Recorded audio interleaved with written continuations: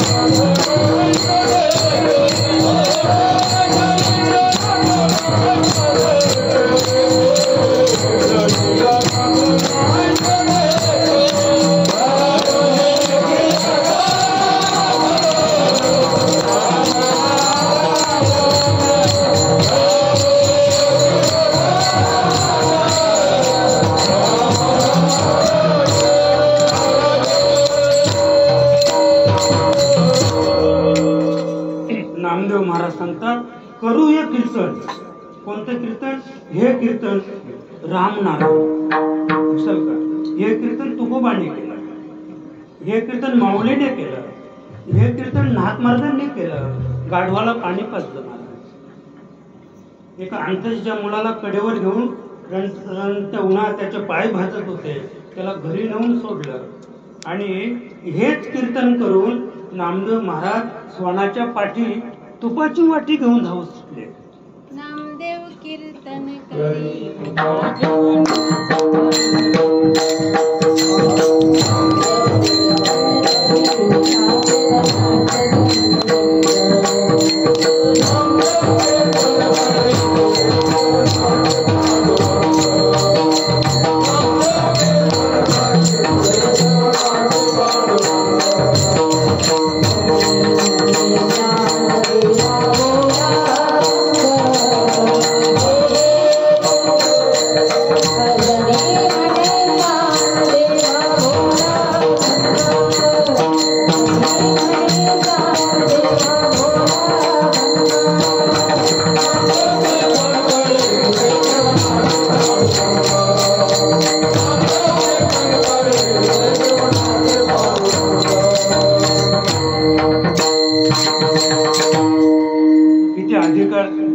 नामदेव महाराजांचा नाही का?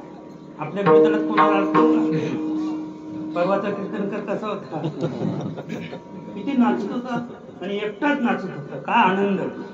त्याने सांगितलं माझ्या अंगातच येते कीर्तन मध्ये. मी त्याने जेवताना म्हटलं हा पिंड कसा काय घडलाय म्हणजे ते त्याला विचार. मी खांद्यावर ठेवून बोललो त्यांना हा पिंड कसा काय घडलाय तर म्हणे त्याला विचार कसा घडलाय तो. असं का म्हणजे ते अंगातच येते माझ्या. असं हे परमार्थ अंगात आला पाहिजे बरं का. हा अनंत युगाचा देहवारा. अनेक युगामध्ये हा देह घेत घेत घेत त्या वाऱ्याच्या संगतीने वाहत वाहत वाहत आपण इथपर्यंत आलो मनुष्य द्यायला. आता तो वारा अंगात नको यायला. अल्लारीची वारी माझ्या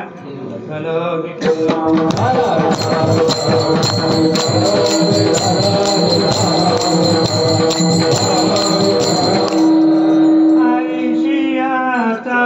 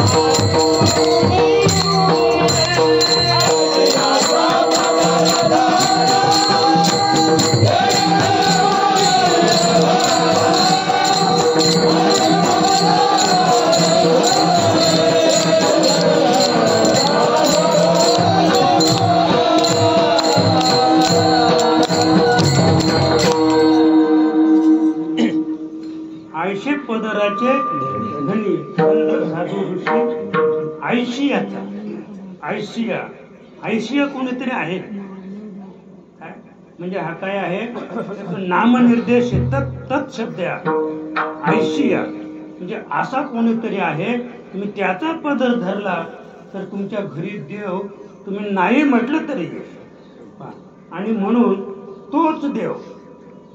आता आपल्या हर्षदाताईने सांगितलं की तोच देव नामदेव महाराजांच्या कीर्तनात नाचत होता आणि जणी टाळ घेऊन मागे उभी राहायची आणि ती माऊली ज्ञानोबरांना सांगायची बोला अभंग तुम्ही बोला. आता आपण आज पाहतो नाही का जे मोठ्या मोठ्या महाराजांची कीर्तनं असली तर जाहीर करतात सध्याची चाल आमचे रवी महाराज आणि चेतन महाराज बोलते, बाकी कोणी ती मध्ये तोंड घालायचं नाही. तशी जनाबाईचा तो अधिकार होता महाराज, ती सांगायची नाम ज्ञानदेवा तुम्हीच बोला.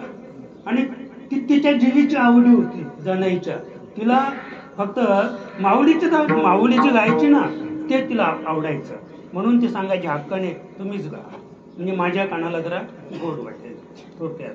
तर असा ज्या नामदेव महाराजांचा अधिकार, ते नामदेव महाराज उत्तर वयामध्ये भगवान पांडुरंग परमात्म्याच्या आज्ञेने जेव्हा आवड्या नागनाथाला गेले, खऱ्या वस्तूची त्यांना ओळख झाली बरं का. आता आपण पाहतो ना सुंदर ते ध्यान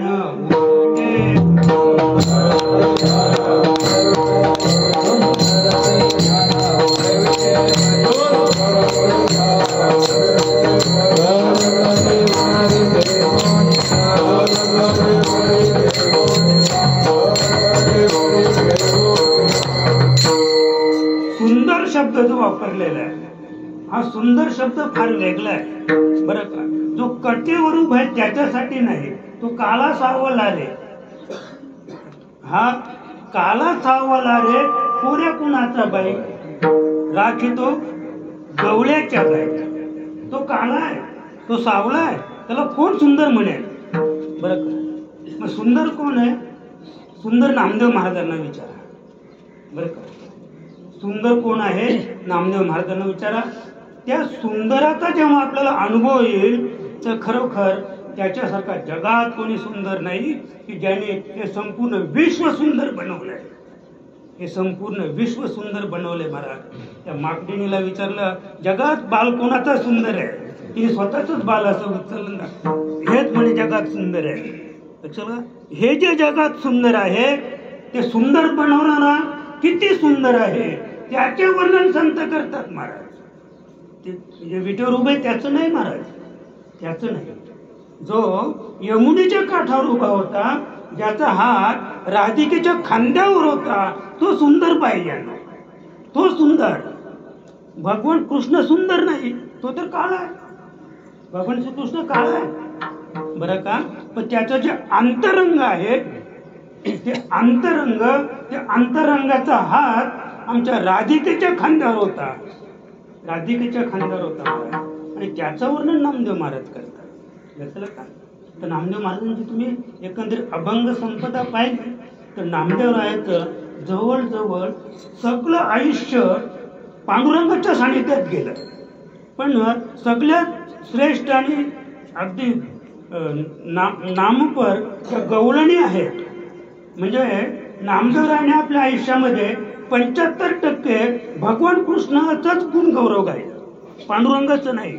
अगदी पांडुरंगाचे अभंग कमी आहेत आणि पांडुरंगाविषयी नामदेव महाराज बोलत सुद्धा.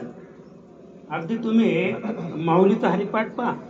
मी कधी कधी विचार करतो, अरे पांडुरंगाच्या सानिध्यात माऊली लहानाची मोठी झाली, पण एका ठिकाणी तरी विठ्ठल म्हणावा ना हरिपाठात. 29 अभंग तपासा, कुठेच विठ्ठल नाही. मग काही मला असं वाटतं काही वेगळेपणा आहे की काय देव झाले.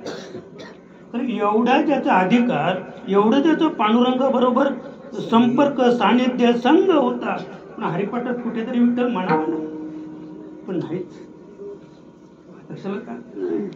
तसे नामदेव महाराज सुद्धा अगदी तुरळक ठिकाणी पांडुरंग विठ्ठल म्हणतात.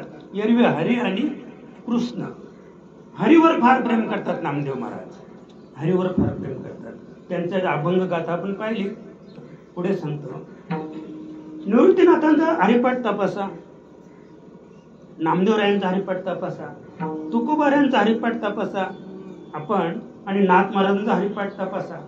अगदी तुम्हाला विठ्ठलाच्या बाबतीत, पांडुरंगाच्या बाबतीत अगदी तुरळक बोलता येते. पण जास्तीत जास्त राम बरवा, कृष्ण बरवा, सुंदर बरवा, बाह्यनो विठ्ठल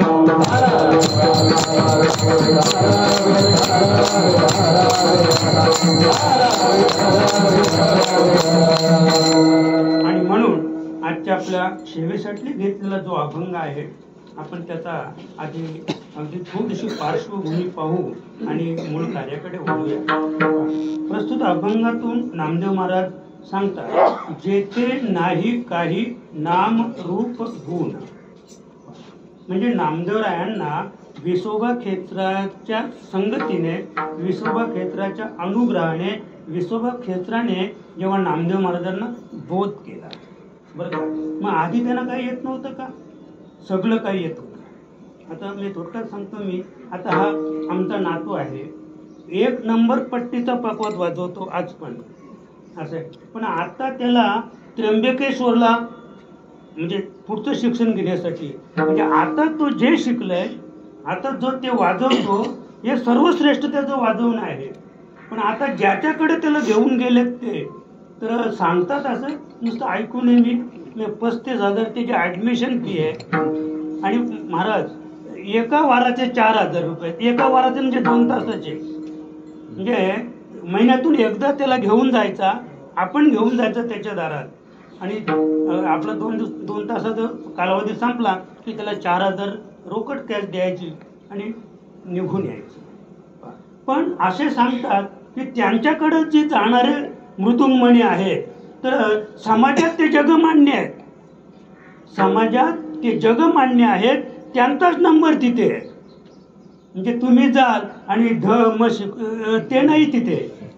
म्हणजे जो इथे जगमान्य झालेला मृदुंगमणी आहे, जो नावाजलेला आहे, त्याचा तिथे नंबर लागतो. तसं नामदेव काही अज्ञानी नव्हता. नामदेव महाराज अज्ञानी नव्हते. नामदेव महाराज त्या मृदुंग मण्यासारखे पूर्ण होते. मृदुंग मण्यासारखे कसे होते? ते पूर्ण होते. आणि पूर्ण होते पण ते पूर्ण कोणामुळे होते? पांडुरंगामुळं. पांडुरंगामुळे ते पूर्ण होते. पण पांडुरंगाला असं वाटलं अद्याप आपण नामांकित कोणाकडे तरी पाठवूया ना, तर देवांपेक्षा तो नामांकित होता महाराज विसोबा खेचर. कारण त्याला अनुग्रह कुणाचा होता? माऊली ज्ञानोबा यांचा.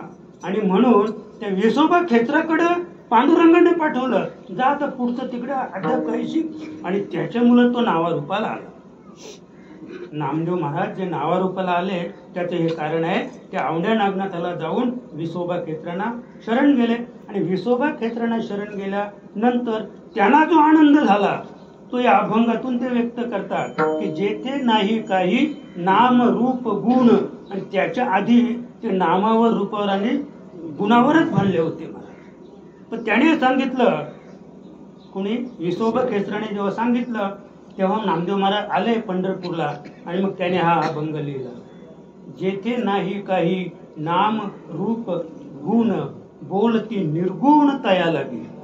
काय सांगितलं की ज्याला जो निर्गुण आहे, ज्याला आपण निर्गुण म्हणतो, त्याला नाम नाही, रूप नाही आणि गुण नाही. तोची गोकुळात होऊनी, म्हणजे तो चिन्मय, ज्याला नाम नाही, रूप नाही, गुण नाही, गाव नाही, अव्यक्त आहे, अनाम आहे, पण तोची गोकुळात होऊनी गोपाळ. तोच ज्याला नामरूप नाही ना, तोच, तीच शक्ती, तीच सत्ता काय झाली गोकुळामध्ये, या ठिकाणी ती व्यक्त स्वरूपामध्ये आले. तोचे गोकुळात होऊनी गोपाळ. गोपाळ म्हणजे काय? तर याने तिथे मी नाम धारण केलं, बरं का. म्हणजे जे पहिलं आहे ना, नाम, रूप आणि गुण, हे तिन्ही याच्यात उतरलेले आहेत या अभंगामध्ये. दुसऱ्या कडव्यामध्ये नामदेव महाराज सांगतात गोपाळ, तोची गोकुळात होऊनी गोपाळ. आणि पहिल्या कडवं सांगतात नाम रूप काही नाही, जेथे काही नाही नाम रूप गुण. नाही म्हणजे ते बोलती निर्गुण तया लागे. ज्याला निर्गुण आपण म्हणतो तोच या ठिकाणी नामदेव महाराज सांगतात. म्हणजे नाव आला नावा रूपा आणि तुका म्हणे झाला सोपा. मग तो इथे नावाला आलेला आहे, बरं का. आणि म्हणवी तो बाल यशोदेचा, म्हणजे स्वतःच तो गोकुळामध्ये स्वतःच आला आणि मग जगाला सांगायला लागला मी यशोदेचा आहे, बरं का. मी काना कोणाचा आहे? यशोदेचा. का सांगतात ते? मला वाटतं दत्तकच घेतलेला असेल तो कदाचित, कारण तो यशोदेचा नव्हताच महाराज. जो जो आपला नाही ना तो सांगतो.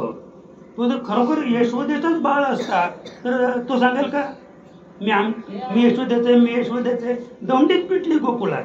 म्हणावी तो बाळ यशोदेचा. म्हणजे त्याला शंका होती आणि त्याला हे माहीत होतं की मी यशोदेचा नाही, मग मी कुणाचा आहे? मी देवकीचा आहे. मी देवकीचा आहे, पण तो स्वतः सांगायला लागला म्हणावी तिचे बाळ यशोदेचा. हा यशोदेचा बाळ गोपाल नाव या देहाला धारण करून गोकुळात फिरायला लागला. पण नामदेव महाराज पुन्हा तिसऱ्या कडव्यात सांगतात तो कसा होता? चिन्मय, चिद्रूप, अक्षय, अपार. नामदेव महाराज सांगतात तो चिन्मय होता. चिन्मय स्थिती माहिती आहे का? चिन्मय म्हणजे तुम्ही डोळे मिटले आणि जर तुम्हाला लख प्रकाश दिसला, चांदण्या वगैरे दिसल्या, वीज चमकताना दिसली, म्हणजे जे आकाशात चमकतंय त्या आकाराला नाही पण दिसतंय प्रकाश रूपाने, त्याला चिन्मय शब्द आहे. तसं ही सत्ता अबाधित आहे. ज्याने गोपाल म्हणून नाव धारण केलं, जो स्वतःलाच मी यशोदेचं बाळ आहे असं म्हणतो, तोच कसा आहे? नामदेव महाराज तो चिन्मय. चिद्रूप तो कसा आहे? म्हणजे आता कुठे आपण आहोत? जेथे नाही नाम. आता दुसऱ्या कडवत काय सांगतात? रूप. चिद्रूप, चिन्मय. म्हणजे माझं आता तो रूपाला आलेला आहे, पण तो कोण होता? चिन्मय. तो चिद्रूप. अक्षय, त्याला कधीच क्षय नाही, कधीच त्याचा नाश नाही, अशी अबाधित सत्ता. अपार, कशी ते? अपार म्हणजे त्याचा पारच नाही, कुणालाच कळला नाही, वेदांनाही नाही कळला. अंत पार त्याचा कानडा, कुणाला त्याचा पार लागला नाही महाराज. असं अक्षय, अपार.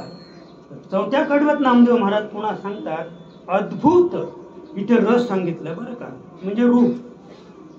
अद्भुत, आनंद, मातला, अपार. मातला म्हणजे अहंकाराने मातताच तो शब्द नाही, आनंदाने मातला.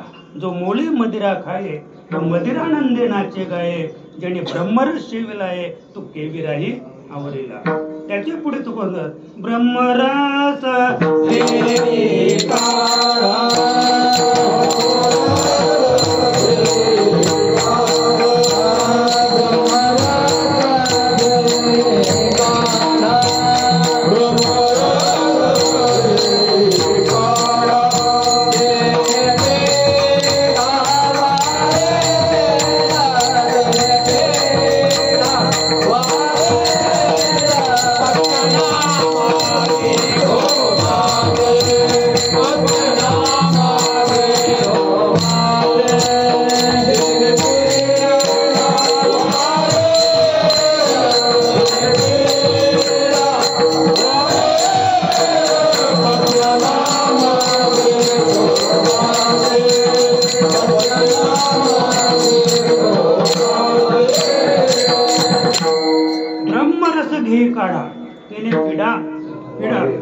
आजार नाही बरं का.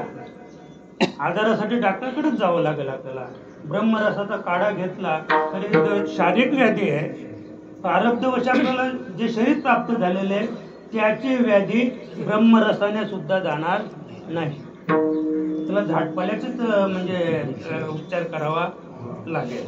आणि ब्रह्मरस जो आहे तो भवरोगायशेच आहे. आणि काय शुल्लक आहे, म्हणजे भवरोग घालवायचा असेल त्याच्यासाठी ब्रह्मरसाचा काढा घ्यायचा आणि तो काढा फक्त सद्गुरूकडेच मिळतो, दुसरं कुठेच तो मिळत नाही. आणि तो काढा करावा लागत नाही. आपण एखाद्या जर वैद्याकडे गेलो तर ते म्हणतात बसा धरा म्हणे, तुम्ही आले पण आता तो काढा शिल्लक नाही आहे. मग तो जंगलात जातो, तिकडनं काही मुलं आणतो, पाला आणतो, साली आणतो आणि त्याचा काढा बनवतो. हा ब्रह्मरस काढा आहे ना तो बनवावा लागत नाही.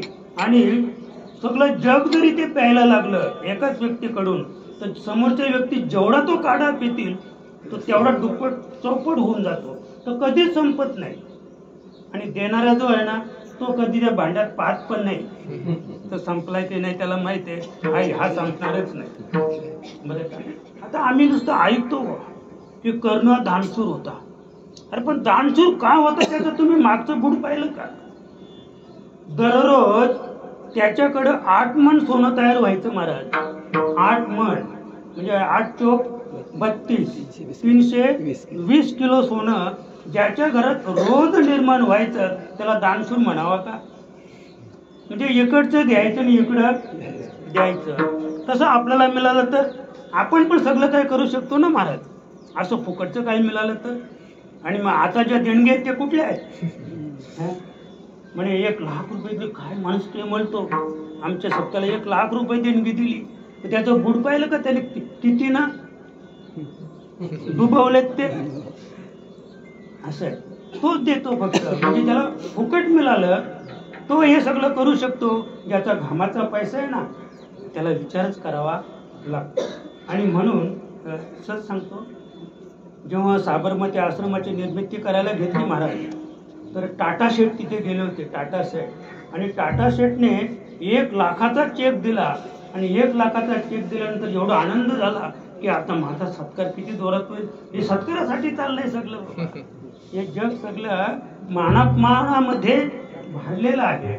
त्याने 1 लाखाचा चेक दिला आणि तिथेच बसून राहिला. मोठी सभा भरली होती. एक बाई आली, झाडूवाली बाई होती. तिने 25 पैसे दिले. 25 पैसे दिले. ते 25 पैसे आमच्या महात्मा गांधींनी घेतले. आणि जेव्हा सत्काराला सुरुवात झाली तेव्हा टाटा शेठला वाटत होतं की सगळ्यात मोठी देणगी माझी, म्हणजे माझाच आधी सत्कार होईल.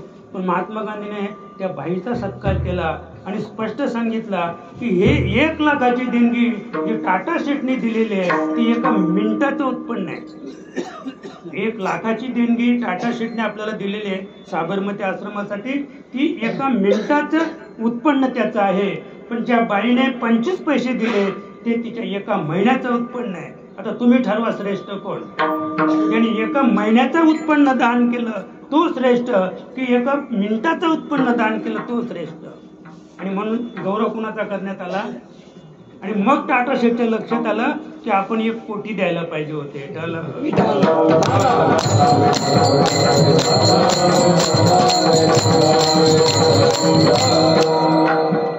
अद्भुत आनंद मातला अपार. काय सांगतात नामदेव महाराज की मग तो रस सेवन केल्यानंतर, ते रूप पाहिल्यानंतर आमचा जो आनंद आहे तो मातला बरं का. म्हणजे इतका तो आनंदी झाला. आणि जो आनंद नामदेवरायांनी भोगला तो अद्भुत आनंद, त्या रूपाचा आनंद जो भोगला तो आनंद ते त्या उत्तरार्धात सांगतात की वेदांनाही पार नाही त्याचा. तो जो आनंद आम्ही भोगतो ना तो आनंद वेदांना सुद्धा कळला नाही. तो आनंद किती आनंद कसा होता. नामामने सर्व रूपी जो रूपस. म्हणजे नामदेव महाराज त्याच्या अनुभवातून सांगतात की जगातील सगळे रूप आम्ही पाहतो. किड्याचं पाहतो, मुंगीचं पाहतो, गाढवाचं पाहतो, पोपटाचं पाहतो, मोर तर पक्ष्यांचा राजाच आहे, गुलाब तर फुलांचा राजा आहे, आंबा फळांचा राजा आहे. काय शोभा आहे. आंबा पिकायला आल्यावर काय शोभा आहे. अरे गुलाबाचं फुल पाहिल्यानंतर काय शोभा आहे. कोण आहे तो? फुलांचा राजा आहे. लक्षात का. मोर पक्ष्यांचा राजा आहे. अशा जी म्हणजे ह्या विभूती आहे, या भगवंताच्या ज्या शोभतात त्या विभूती आहे. पण तरी नामदेव महाराज सांगतात नामा म्हणे सर्व रूपी. म्हणजे हे सगळं जग अगदी रूपाने नटलेलं आहे. रूपी जो रूपस बरं का. पण या सगळ्यांना म्हणजे रूपाला आणणारा जो रूपस आहे बरं का, तो कसा आहे गोकुली विलास मांडलेला. असा जो आहे हे संपूर्ण विश्व ज्याने निर्माण केलं, ज्याच्याकडे अबाधित अक्षय सत्ता आहे, जो चिन्मय स्वरूप आहे, तो भगवान परमात्मा गोकुळामध्ये विलास करून राहिलेला आहे. असं या अभंगाचा सरळ सरळ अर्थ आहे.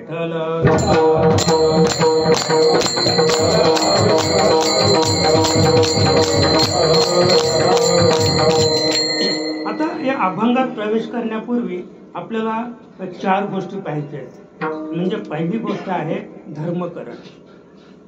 भगवंत का आले, या विश्वामध्ये का अवतरित झाले, त्याचं मूल मुद्दा आहे धर्मकरण.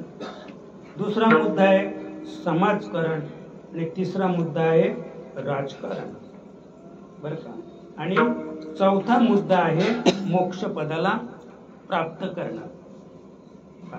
तर अगदी आपण जवळून विचार केला तर भगवंत गीतेमध्ये अर्जुनाला सांगतात, यदा यदा हि धर्मस्य ग्लानिर्भवति भारत अभ्युत्थानम् अधर्मस्य तदात्मानं परित्राणाय साधूनां विनाशाय च दुष्कृतां धर्म संस्थापनार्थाय संभवामि युगे. गरज भासली, देवाला गरज भासली की आपल्याला अवतार घ्यावाच लागेल. अधर्म माजला होता नाही का.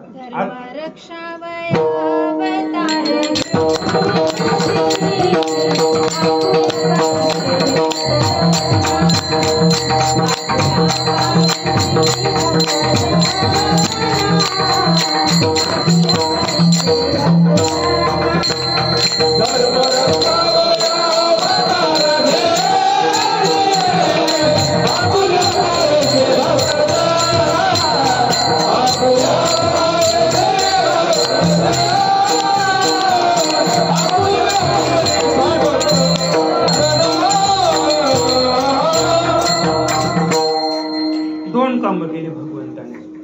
धर्मरक्षावया अवतार भेशी, धर्माचं रक्षण करणं म्हणजे दुष्टांचा संहार. आणि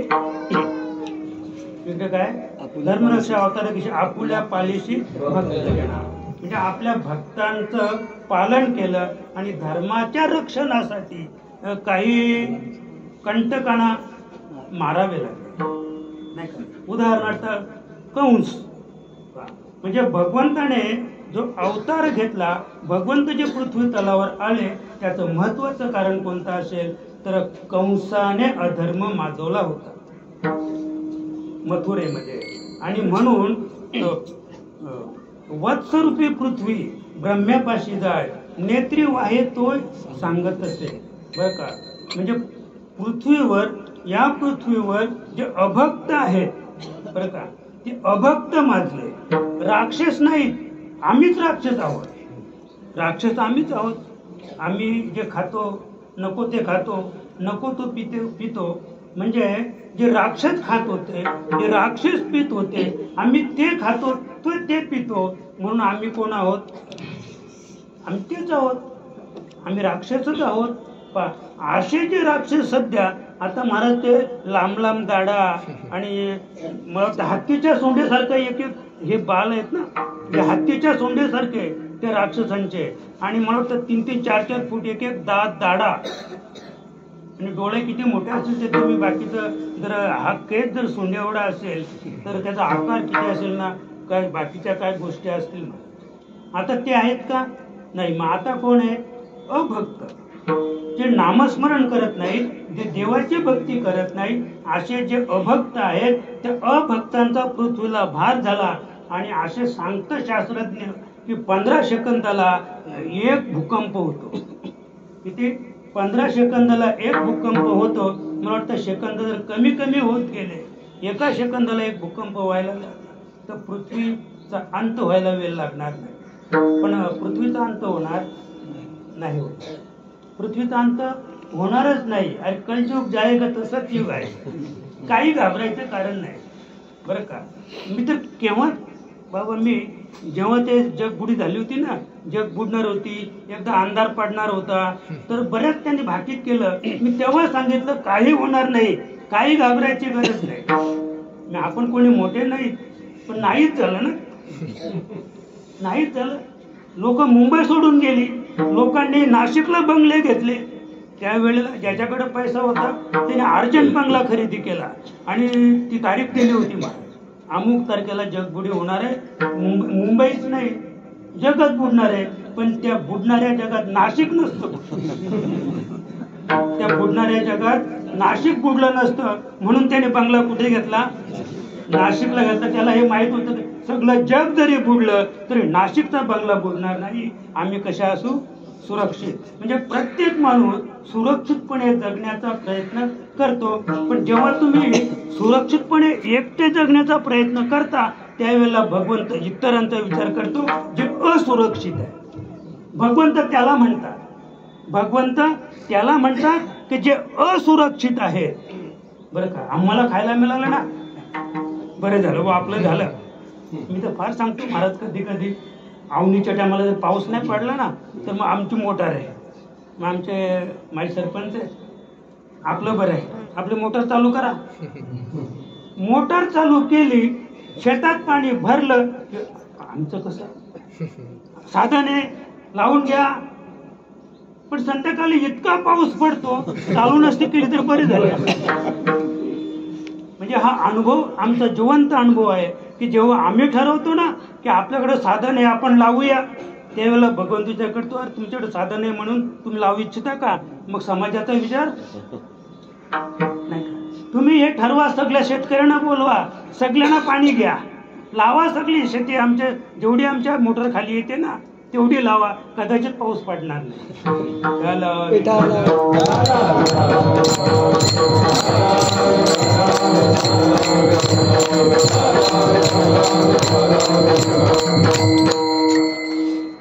वत्सरूपी पृथ्वी ब्रह्म्यापाशी जाय, नेत्री वाहे तोय सांगत असे.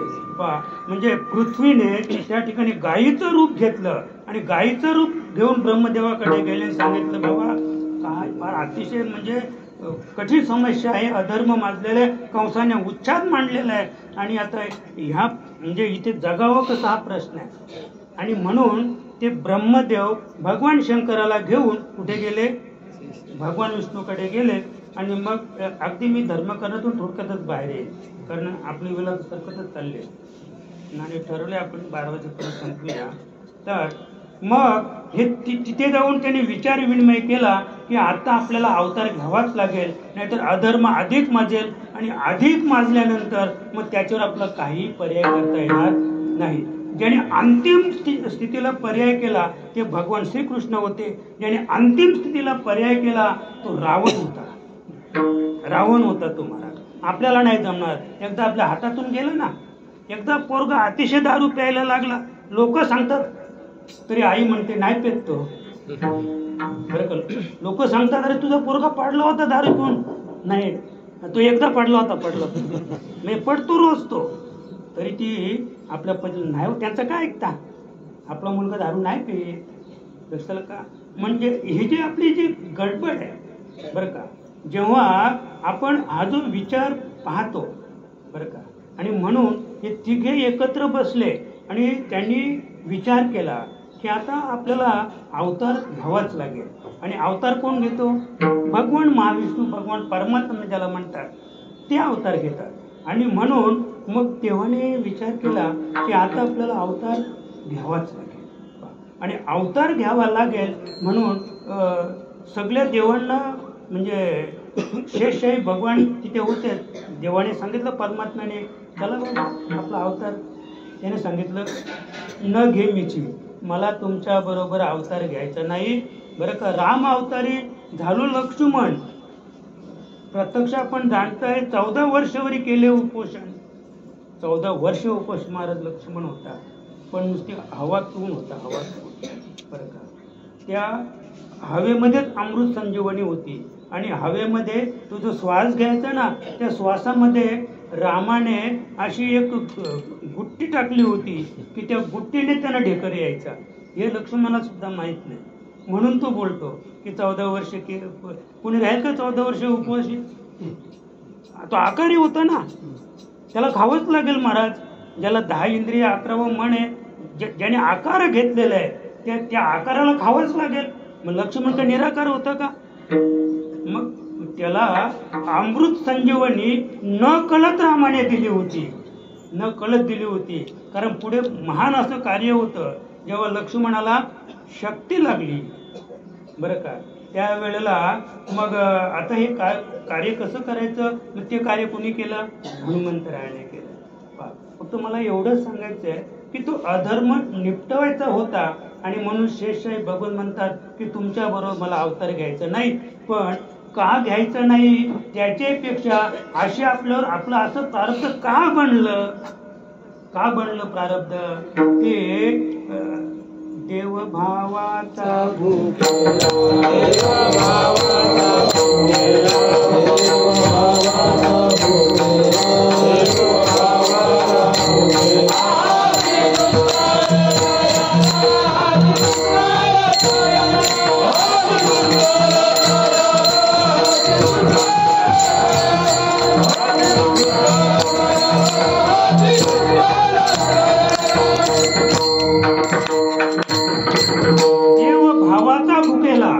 बरं का, कथा सांगणार नाही. जिच्या लग्नामध्ये 14 बोकड कापायला आणले होते हल्दीना, तिने त्या राज्याचा त्याग केला. भिल्ल राजाची मुलगी होती. लोक भिकारीण होती का ती भिल्लीण, शबरी भिल्लीण, ती भिकाऱ्याची मुलगी नव्हती, ती राजाची होती म्हणून तिचा गौरव आहे. तिचा गौरव म्हणून आहे. महाराज, तुम्ही एखादा माणूस वाचून पहा. आमच्या ताईला विचारा. मी एक ठाकरीन बाबा, जेव्हा आम्ही घरी होतो शेतावर, तर दोघं दारू पिऊन आली ठाकूरवाडीच्या आपल्या, आणि पाण्यातून पलीकडे जात असताना ती बाई पडली, त्याच्या हातातून सुटली ती बाई, ती बुडली बाई. ती बाई बुडल्यानंतर हा बादर कडेने चालत होता आणि बाई बुडून जात होती. चालता चालता त्याची चप्पल एक पाण्यात पडली, एक चप्पल त्याच्या हातात आणि एक चप्पल पाण्यात. पार ते प्रेत नाही, म्हणजे ती जिवंतच, पण ती वाहत खाली आली. माझ्या डोकीपेक्षा जास्त पाणी होतं, साधारण 6 ते 7 फूट पाण्यापर्यंत ती आली आणि तो बोंबलायला लागला. माझ्या खांद्यावर कावड होती, डब्याची कावड, म्हणजे भाजीपाला शिंपाला माझी मोठी मुलगी बरोबर होती. तर आम्ही विचार केला, ती कावड ठेवली. मी धावत पाण्यात गेलो आणि त्या बाईला मी बुडून बाहेर काढली आणि अशी चढावाला, म्हणजे वाळवंटामध्ये चढावाला उलटी लावली. मला माहित होतं जिवंत आहे, आणि उलटी लावल्याबरोबर ती उलट्या करायला लागली, आणि ती उलट्या करायला लागल्यानंतर हा बादर तिथे आला, एक हातात चप्पल घेऊन. त्याची बरीच लांब चप्पल गेली होती मला. तुम्हाला सांगतो बाबा, आता एवढं खरं ना.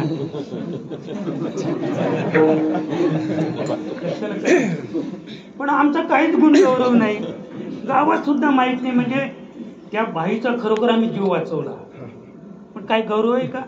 तोच बहादर जर आमदाराचा असता तर दिल्लीला त्याचा सत्कार झाला असता महाराज, राष्ट्रपतीच्या असता. लक्षात का? म्हणजे जे सत्कार चालतात ना सध्या, ते तुमचे आमचे सामान्य माणसांचे नाहीत. ही शोकांतिका आहे आपल्या देशाची ही शोकांतिका आहे. आता आपण कुठे आहोत? जे प्रारब्ध करून लक्ष्मण आला होता, जेव्हा ते शबरीकडे गेले, तर मातंग ऋषीची सेवा आयुष्यभर जिने केली. म्हणजे वयाच्या 9व्या वर्षी केली होती महाराज ती. तर सर्वसाधारणपणे तिचं आजचं रूप तुम्ही पाहिलं तर 70च्या पुढे सगळे केस पिकले, अंगाचे सगळे केस पिकले, डोईचे सगळे केस पिकले. म्हणजे 70 ते 80 वर्षे तिने मातंग ऋषीची सेवा केली. आणि मातंग ऋषी जेव्हा निजधामाला निघाले, तेव्हा तिने पाय धरले, देवा माझं काय? म्हणजे काही घाबरायचं कारण नाही, तू संतांची सेवा केली ती कधीच वाया जाणार नाही. याच रस्त्याने प्रभुराम सीतेच्या शोधार्थ लंकेला येतील आणि ते तुला दर्शन देतील. प्रभुराम तिथे जेव्हा आले, तेव्हा महाराज तो पूर्वीचा काळ होता. मला वाटतं तेव्हा ती जी बोरं आणून, म्हणजे 70 वर्षापासून ती बोरं आणत होती. ती बोरं कधीच म्हणजे शिळी नाही झाली महाराज. सीतामाईला लोपामुद्रा, म्हणजे जेव्हा संपूर्ण वनवास संपून जेव्हा ते परत चालले भगवान प्रभुराम, तेव्हा अगस्त्य मुनींना भेटायला गेले. अगस्त्य मुनींना भेटायला गेल्यानंतर त्यांच्या पत्नीने, म्हणजे लोपामुद्रेने सीतामाईकडे पाहिलं, तर अरे इतकी ताजी वेणी, आणि ती फुलं काय आता आपण आणतो हारात, ती फुलं नसतील, ती अमृताची फुलं असतील कदाचित, अमृताच्या वेळेला आलेली फुलं असतील बरं का. तर तेव्हा त्याने विचारलं, काय ग सीते, आता तू तर 14 वर्ष वनवास भोगून आलीस, ही तुझ्या म्हणजे वेणीला ही माळलेली फुलं कुठली? तर म्हणे ही 14 वर्षापूर्वी कोणी अनुसया मातेने माझ्या वेणीला बांधलेली ही वेणी आहे, फुलांची वेणी. 14 वर्षापर्यंत ताजीच होती, 14 वर्षापर्यंत ताजी होती. आता फक्त एवढंच मी सांगतो की अगदी आवडीने ते खायला लागले प्रभुराम. ते असे पाहायचे ना बोर, तर त्यांना तो ओमचा ठसा दिसायचा. आणि ओमचा ठसा पाहिल्यानंतर रामाला तर एवढा आनंद झाला. अरे काय बिल्डिंग आहे, काय वय आहे तिथं, पण प्रत्येक बोरावर तिने ओम लिहिलं होतं. मला प्रत्येक बोरावर ओम म्हणजे थोडक्यात की जैशी दृष्टी तैशी सृष्टी, नाही का. दुर्योधनानं सांगितलं याच्यातला एखादा चांगला माणूस या सभेतला घेऊन या. सगळी सभा फिरला, एकही चांगला नाही. आता एकही चांगला नाही म्हणून देवाने धर्माला आज्ञा केली. आता सगळेच वाईट आहेत. आता तर धर्माला प्रश्नच होता की सगळी वाईटाची सभा न्यायची कशी देवापुढे. तर धर्मराज संपूर्ण सभेत फिरला ना, खाली हात आला म्हणे देवा एकही माणूस वाईट नाहीये, सगळी चांगलीत कुणाला. लक्षात का. तसं म्हणजे प्रभू रामाची दृष्टी तशी होती. त्यांना त्याबरोबर ओमचा ठसा म्हणजे नामाचा ठसा दिसत होता. आणि लक्ष्मणाला ते दाढेचा ठसा होता की म्हणे ही बोरं चाखून ठेवलेली आहेत, उष्टी बोरं खायची नाहीत. म्हणून प्रभुराम एक बोर खायचा महाराज. आणि एवढं प्रेम होतं भावावर, सामान्य प्रेम नव्हतं. ही चारी भावंड ह्या आदर्श जगामध्ये घेण्यासारखा आदर्श चारी भावंड. प्रभुराम एक बोर खायचा आणि लक्ष्मणाला 2 द्यायचा. लक्ष्मणाला किती देत होता, एक नव्हता ते. लक्ष्मणाला 2 बोरं द्यायचा, स्वतः एक खायचा. तेव्हा त्याचं पोट भरायचं. रामाचं पोट तेव्हा भरायचं की तो एक खायचा आणि लक्ष्मणाला 2 द्यायचा. पण लक्ष्मण काय करायचं माहितीये का, देवाकडे पाहायचं ना हलूच पाठीमध्ये फेकून द्यायचा. तर त्याला माहित होतं ही उष्टी बोर आहे असं. आणि मग खाता खाता खाता खाता रामाला वाटलं त्याचं पोट भरलं असेल, तर रामाचं पोट भरलं आणि असं थोडंसं तिरकं पाहिलं महाराज. तर तिरकं पाहायची वेळ आणि त्यांची बोर फेकायची वेळ. सांगता कलो येते ते अंतरी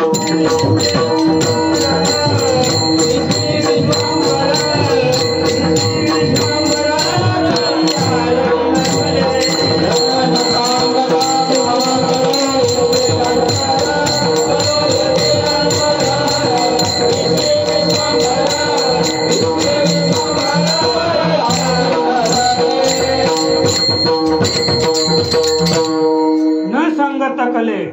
बरं का, अंतर म्हणजे अंतरीचं जे गुण न सांगता कले अंतरीचे. आता तुझी लाज तुझी. आणि म्हणून त्याने तिरकं पाहिलं आणि मग ठरवलं आता पुन्हा लक्ष्मणाला काही द्यायचं. 14 वर्षवरी केलं उपोषण जाणता आपण प्रत्यक्ष फक्त फळं आणून द्यायचा तो राम खायचा. पण त्यातलं एकही फळ लक्ष्मणाला दिलं नाही. का तर संशयाने आणि नाही पाप थोर विनाशाची वाघोर प्राणी असे.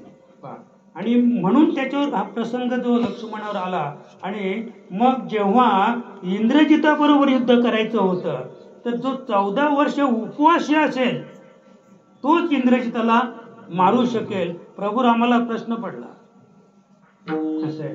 पण हे कुणाला माहित होतं, जांबुवंताला माहित होतं का आपल्यामध्ये तो उपवासी आहे. मी येणं केलं प्रयत्नेनं, कारण काय असू दे, पण तो उपवासी होता. आणि म्हणून त्याने इंद्रजिताला मारलं. कोणी मारलं, सासऱ्याने मारलं. कुणाला मारलं, जावयाला मारलं. मग लेक धावत आली. मला सांगायचं काय की सामान्य धर्मशील काम होतं का महाराज. आकाशात ढगात मारलं त्याला, ढगात. लपून लपून युद्ध करायचा. हनुमंतरायाने लक्ष्मणाला खांद्यावर घेऊन ढगात गेला आणि त्याला मारलं. त्याचा भुजा म्हणजे हात अंगणात येऊन पडला. सुलोचनाच्या अंगणात सत्यपतिव्रता होती सुलोचना माता. बरं का, तो हात येऊन पडल्यानंतर ती विचार लागली अरे कोणी केलं हे. कारण इंद्रजित त्याला कोणीच मारू शकत नाही. मेघनाद त्याचं नाव काय होतं, मेघनाद. म्हणजे त्याला कोणीच मारू शकत नव्हतं. पण कोणी मारलं तर त्याने खून केली असा हात हिलायला लागला. तिने पेन आणून दिला तर त्या पेनाने तिने त्या हाताने म्हणजे भुजेने धडा विरहित हात त्या हाताने असं जमिनीवर मातीवर लिहिलं की तुझ्या बापाने शेषशाही भगवंताने मला मारलं. तसंच ते शेर उचललं आणि रामाकडे गेले. असं रामालाही दया आली होती. पण ही बाकीची मंडळी होती ती फार ज्ञानी होती. जांबुवंत, सुग्रीव हे अतिशय ज्ञानी, नळनील हे फार ज्ञानी होते. आणि प्रभुराम त्यांचा सल्ला घ्यायचे. त्यांनी सांगितलं की आता हे शिर आणलंय ना, हे तसं देऊ नका. मग ते तळलं महाराज. ते शिर काय केलं, जो मानेचा खालचा भाग आहे ना तो तेलामध्ये तळला, म्हणजे भाजला तो पूर्ण. आणि मग ते त्याला म्हणजे त्यांना माहीत होतं की आता हे शिर परत दिलं आणि ती सुलोचना जर घेऊन गेली आणि ते उद्या ते धड खाली पडलं, आता फक्त भुजाच पडली होती. भुजा पडली म्हणजे धड येणारच. आणि ते धड पडलं ना, धडाला जर शिर लावलं तर हा जर उठला तर आपल्या बापाला ऐकणार नाही. ढल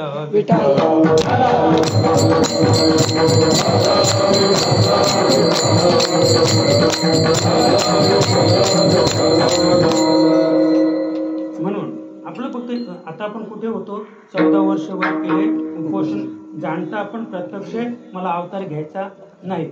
मग भगवान परमात्मा सांगतात की आता तुबा होईगा सर्वज्ञ, पाळीन मी आज्ञा तुझी बारे. म्हणजे तू तेव्हा माझा लहान भाऊ होतास ना, मी मोठा होतो, मी तुला आज्ञा करायचो आणि मग तू तसं कर्म करायचं. पण आता तू माझा मोठा भाऊ हो, मी छोटा हो, बरं का. तू आता निघ लगेच, बरं का. 7वा जो पुत्र योगमायाने आणि उदरी घाली रोहिणीच्या. म्हणजे आपल्याला तिकडे जास्त जायचं नाहीये. म्हणजे शेष भगवंत म्हणजे बलरामाच्या रूपाने तिथे अवतरित झालेले आहे. भगवान श्रीकृष्ण सुद्धा आलेले आहेत, बरं का. पण भगवान श्रीकृष्ण येण्यापूर्वी कोणत्या स्थितीत होते त्याचं वर्णन नामदेव महाराज आपण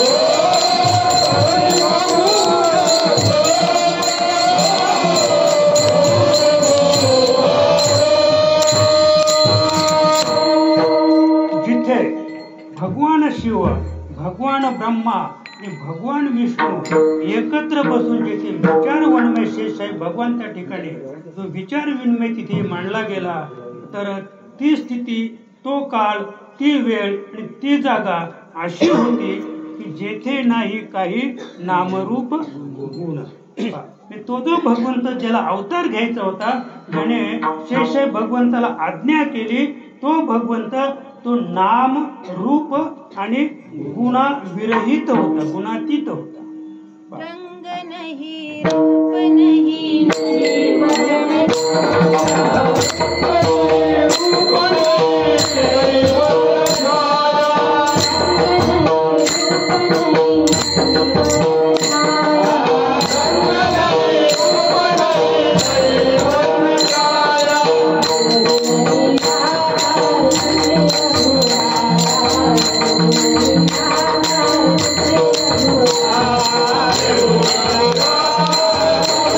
Oh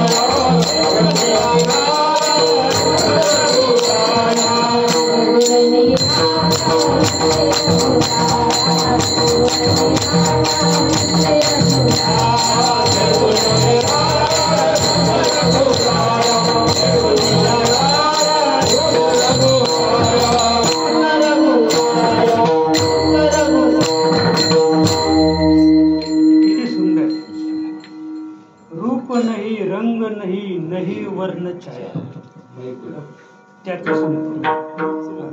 आणि निर्गुण निराकार तुझी रघुर आहे. तो निर्गुण आहे, निराकार आहे बरं का. देवा नाही रूप देव,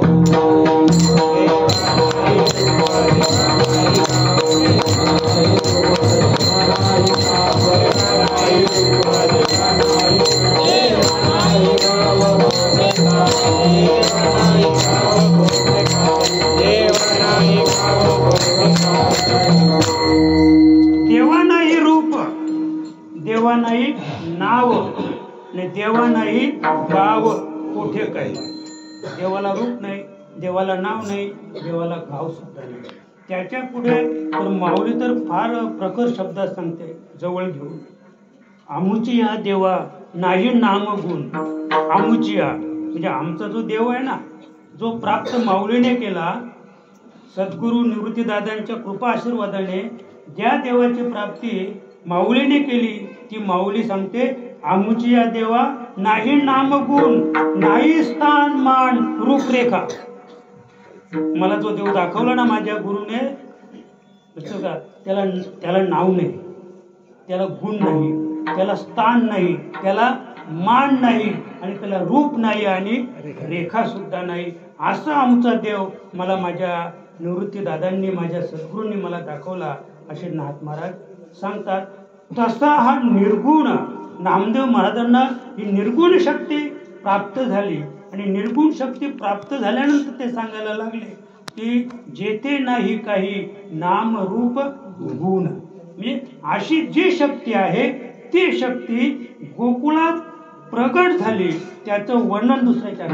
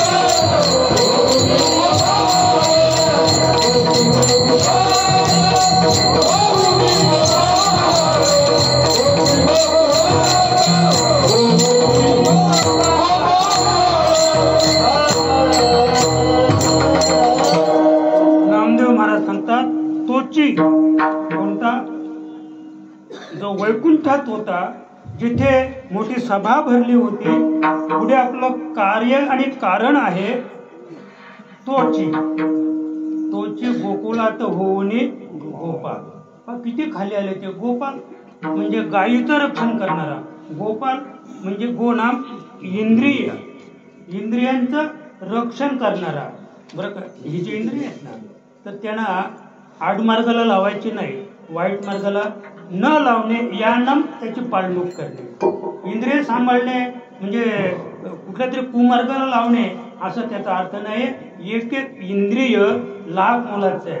कोटी वेचिता सुवर्ण, एक कोटी सुवर्ण दिले तरी ह्या आयुष्याचा एक क्षण सुद्धा आपल्याला प्राप्त होणार नाही. म्हणजे इतकं मोलाचं आयुष्य आपल्याला दिलेलं आहे.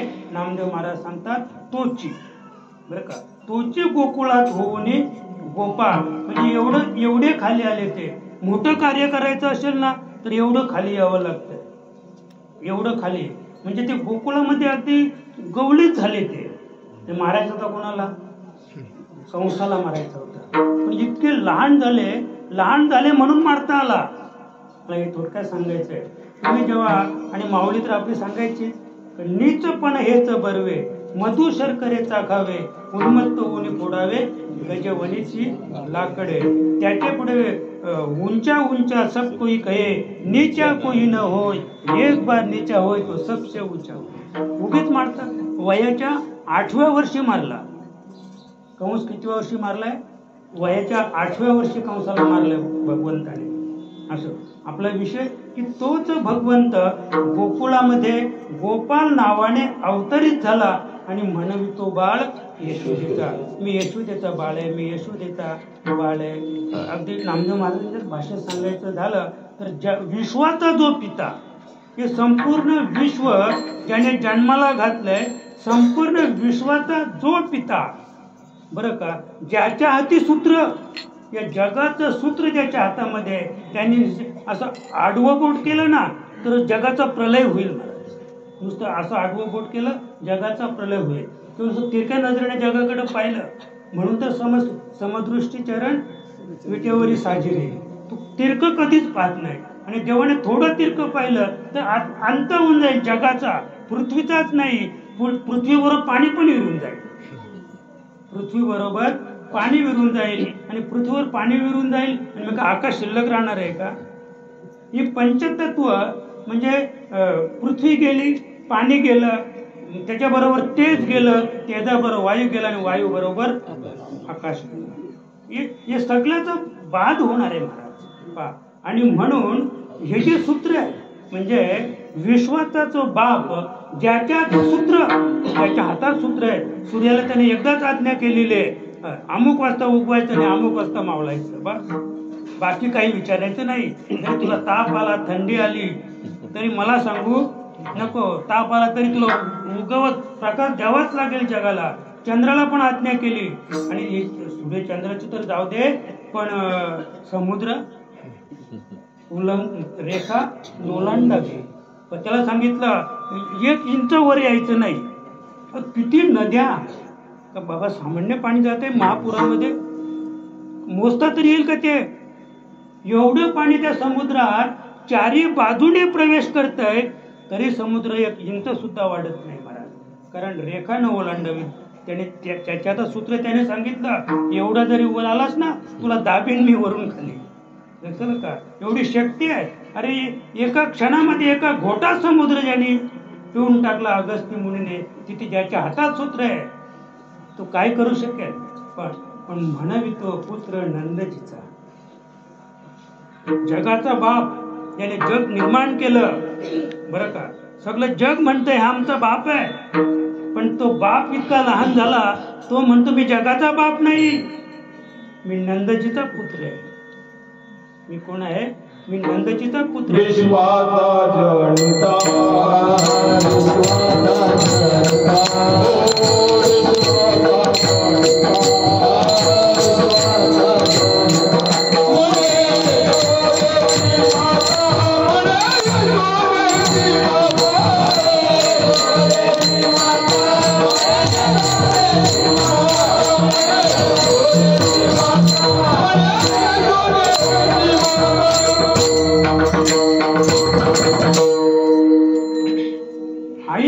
कसं काय बाई, नवल मी सांगू काही, त्रैलोक्याचा धनी तो यशोदेशी म्हणतो आहे. कुणाला आई म्हणतो? तो यशोदेला आई म्हणतो. यशोदेला आई म्हणू द्या, पण नामदेव महाराज सांगतात बरं का, नामदेव महाराज सांगतात वेडावला शेष शिनले वेदचारी निजे मांडीवरी यशोदेच्या. वेडावला शेष भगवान ज्याला म्हणतात, तो त्याचा शोध घेण्यासाठी, त्याला पाहण्यासाठी गोकुळात आला होता. तोच नव्हता. 33 कोटी देव, ज्याला देव म्हणतात, नुसते देवच नाहीत तर राक्षस सुद्धा आले होते पाहायला. कोणाला? त्याला. तो कुठे होता? बरं का. वेडावला शेष, शेष वेडा झाला आणि शिणले वेद चारी, म्हणजे शोधून शोधून अगदी शिणले, ते हैराण झाले चारी वेद. कुणाला त्याचा तपास लागला नाही, कुणाला तपास लागला नाही. मग नंतर कळलं निजे मांडीवरी यशोदेच्या, तो यशोदेच्या मांडीवर निजला होता, डोळे मिटले होते म्हणून त्यांना कळला नाही. डोळे उघडे असते तर कदाचित शेषालाही कळला असता आणि वेदांनाही कळला असता, पण त्याने डोळे मिटून घेतले होते. म्हणजे काय केलं होतं? सोंग. हे सोंग सारिले या रूपे अनंते अधिक बहुत करणे, म्हणजे फार मोठं कार्य पुढं करायचं होतं म्हणून डोळे मिटून झोपूनच राहिला तिच्या मांडीवर, नाही का. त्याच्या पुढे आपण गेलो तर शिवाधिक ज्याची वंदी पायवणी, आता हे झालं शेषाच्या बाबतीत, पण शिवाधिक ज्याची वंदी पायवणी, कैलासामधूनच तो हात जोडतो, अरे देवा तुझे पाय दाखव, तुझे पाय दाखव. पण यशोदा ते नानी पायावरी, जे पाय शिवाला अद्याप नाही दिसले हो, भगवंताचे पाय शिवाला अद्याप प्राप्त झाले नाहीत. पाय म्हणजे वंदन करतो तो तुझे पाय दाखव, पण ते पाय आहेतच कुठे? यशोदा ते नानी स्वतःच्या पायावर त्याला टाकलंय यशोदेनी, आणि त्याला ती अगदी प्रेमाने न्हाऊ घालते, त्याला आंघोळ करते. तो दिसेलच कसा शेषाला सुद्धा, लक्षात का? असा भगवंत. आणि त्या भगवंताचं वर्णन दुसऱ्या चरणात नामदेव महाराज करतात आणि त्याची मुख्य प्रतिक्रिया आहे तिसऱ्या चरणात सांगतात. जन्मयाची कृप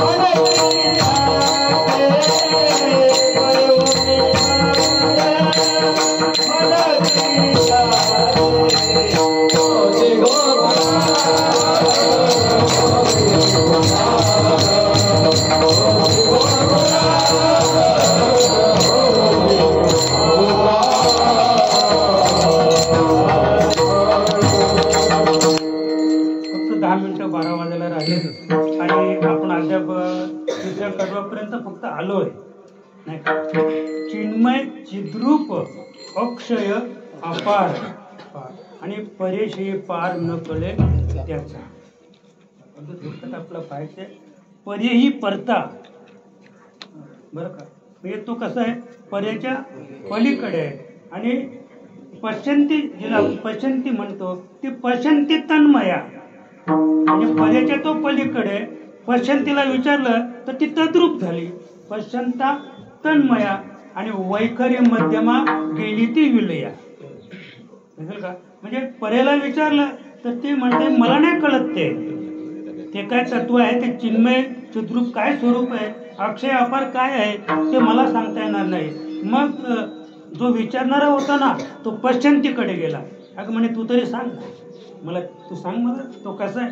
तर ती तन्मया, म्हणजे तिला विचारलं तेव्हा ती सावध होती, जेव्हा विचारलं तेव्हा तिला तंद्री लागली, ती तद्रूप झाली, म्हणजे सांगायला शिल्लक राहिली नाही. मग त्याने विचार केला चला, पण त्या दोघी एकत्रच होत्या, वैखरी आणि मध्यमा. तिथे ते गेल्यानंतर त्याने विचारलं तर मध्यमा वैखरी गेली ती विलया, म्हणजे त्या दोघी सांगायला शिल्लकच नाही राहिल्या महाराज. ही तरी तन्मय झाली, एक पलीकडे गेली थोडक्यात. पण या दोघींना जेव्हा विचारलं ना मध्यमाला आणि वैखरीला, तर त्या अदृश्यच झाल्या. काय झाल्या? विरून गेल्या त्या. म्हणजे त्या साधकाला त्याची शंका निवारण करण्यासाठी त्या दोघे सुद्धा शिल्लक राहिल्या नाही. अशी जी शक्ती आहे तो भगवान परमात्मा चिन्रूप चिद्रूप अक्षय आणि अपार आहे. आणि त्याच्याच बाबतीत ते चौथ्या कडव्यात सांगतात, कारण आपल्याला लवकर बंद अद्भुत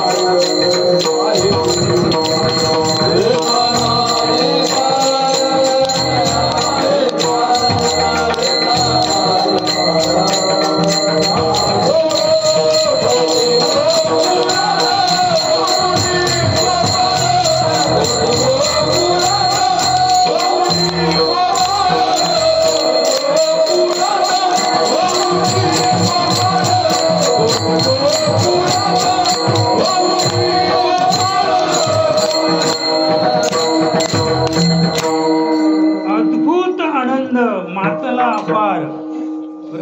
वेदांनाही पार नाही त्याचा. म्हणजे एवढा आनंद कुठे, जिथे ते भगवंत प्रगट झाले तिथे एवढा आनंद होता, पण तो वेदांना सुद्धा कळला नाही. त्यांचा जो शोध होता तो कुठे शोधिशी रामेश्वरन, कुठे शोधिशी काशी, तो तिथेच होता, पण त्याला कळलाच नाही, वेदांना नाही कळला. चार वेद, 6 शास्त्रे, 18 पुराणे वेडी झाली, जिथे शेष सुद्धा वेडा झाला, ज्याचे 1000च्या 2000 जीवा झाले, कुणालाच कळला नाही. तो कळला फक्त संतांना. तो कळला संतांना. अगदी थोडक्यात सांगायचं झालं तर अशी चिन्मय शक्ती या जगात प्रगट कोणी केली असेल तर अगदी कौतुकाने आपण सांगू इच्छितो, सवे तुकया मेला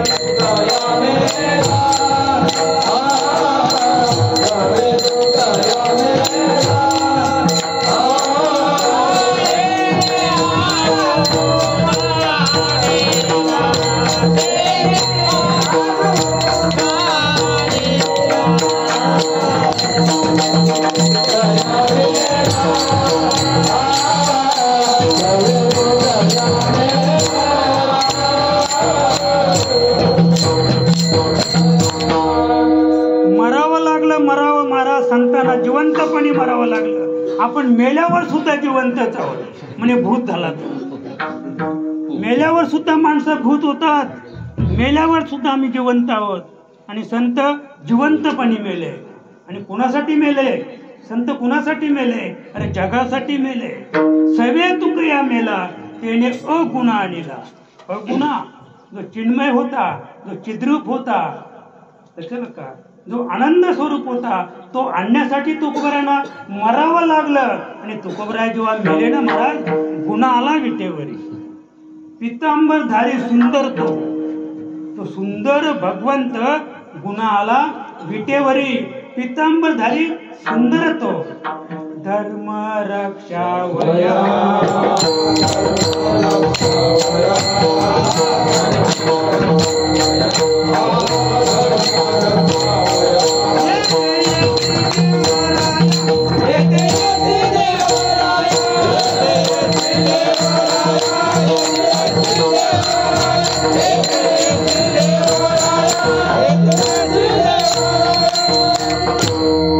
धर्मरक्षावया येथे येशी देवराया.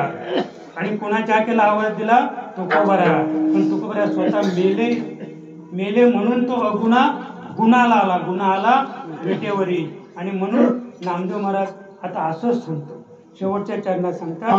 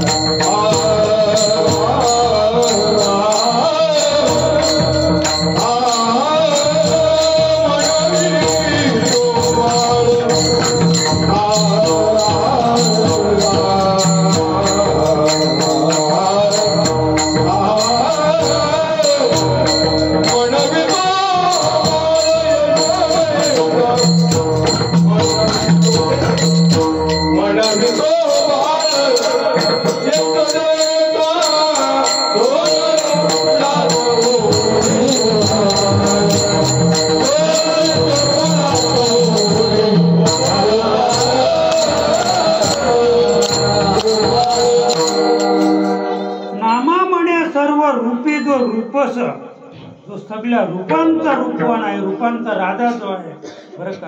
आणि त्याने काय केला? गोकुली विलास मांडलेला. रामदास सांगितलं की विलास शब्द आहे, त्या विलास शब्दाकरता हा अभंग आपण निवडला. आता आपल्याला अभंग संपलेला आहे, आता विलास जो आहे तो विलास पुढे पाहायचा आहे. पण विलासच्या आधी आपण काय करूया? भगवंताचं भजन करूया.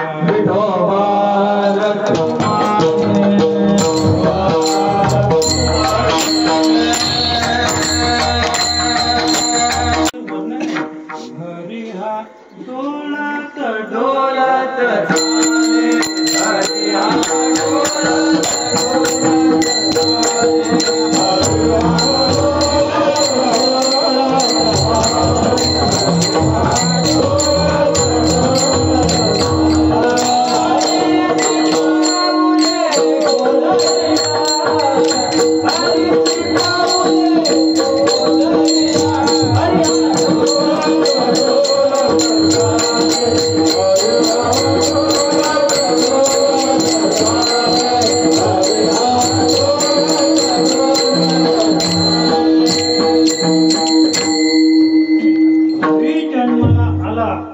लगेच रांगायला लागला. हरीच तो, कारण तो येताना किती वर्षाचा होता? 8 वर्षाचा होता. पण देवकीने विनंती केली, अरे मला तू लहान हो. प्रभू राम जन्माला आले ना बाबा, न्हाणीमध्ये जन्माला आले. आयुनी संभव प्रगटला. 12 वर्षाचा होता.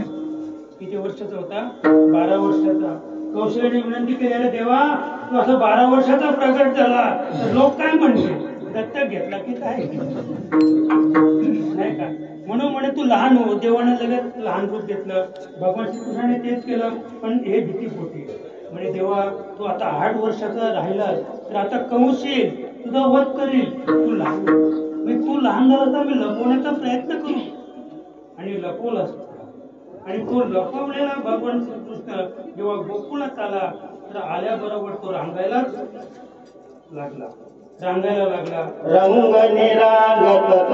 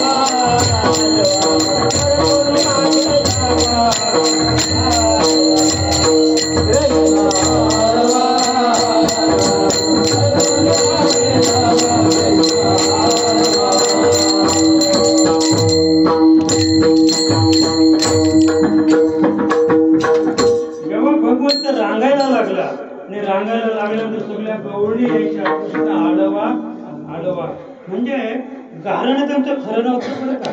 ते गारणं म्हणजे प्रेमाचं गारणं होतं. ते गारणं घेऊन आल्या यशोदा त्याला हाताला धरून बाहेर नाही काय का म्हणे तुम्ही खोट्या गवळणी हा तो माझ्या घरात आहे आणि त्याला तेच पाहिजे होतं कारण त्याचं मुख पाहिल्याशिवाय त्यांना कधी आनंद होत नव्हता. त्यांना अन्न कधी गोड लागत नव्हतं आणि म्हणून मी आता जे काही गवळणीचं थाट निघाला मथुरेच्या हाताला इथे मला समाजकारण सांगायचं. भगवंत त्याला म्हणतात त्याने आधी नाडी ओळखली की कंसाला मारायचंय कंसाला मारायचं. आता पहा इराणचं युद्ध सुरू इराण आणि इराक युद्ध त्यांचं सुरू झालं. भारताला भीती निर्माण झाली म्हणे जर तेल आलं नाही तर इराक कडून जे रसद आपल्याला पुरवलं ते तेल मग ते तेल जर आपल्याकडे आलं नाही म्हणून तर आता पाण्यावर गाड्या चालवायच्या कारण न जाणो उद्या इराण आणि इराक दोघे एकमेकांना युद्ध करून दोघे मेले. गेलं पेटून सगळं इराण समजा तर मागे 6 महिने राखेलच्या विहिरी पेटत होत्या महाराज. सगळ्या विहिरी पेटवल्या राखेलच्या 6 महिने आग भिजलेली सगळं राखेल संपलं पेटून. असं पुन्हा तसाच योग आला तर आपल्या गाड्या जिथे पेट्रोल संपेल तिथे उभी करायची आणि मालकाने निघून जायचं. ती गाडी तुम्ही फुकट पुन्हा द्यायला घेतली तरी ते नेऊन ठेवायची कुठे उभे जागा अडवायची ते जंगलातच गाड्या उभ्या राहतील. म्हणून सरकारने आता पुन्हा नवीन निर्णय घेतला गाड्या पाण्यावर चालतील गाड्या सूर्यप्रकाशावर चालतील. हा पुढचा विचार सरकारने आजच निर्माण केलेला आहे. उद्या जर म्हणजे पेट्रोल संपलं डिझेल संपलं किंवा गॅस संपली तर आपल्याला आपल्या गाड्या पाण्यावर चालवता आल्या पाहिजे किंवा सूर्यप्रकाशाने त्या चालवता आल्या पाहिजे.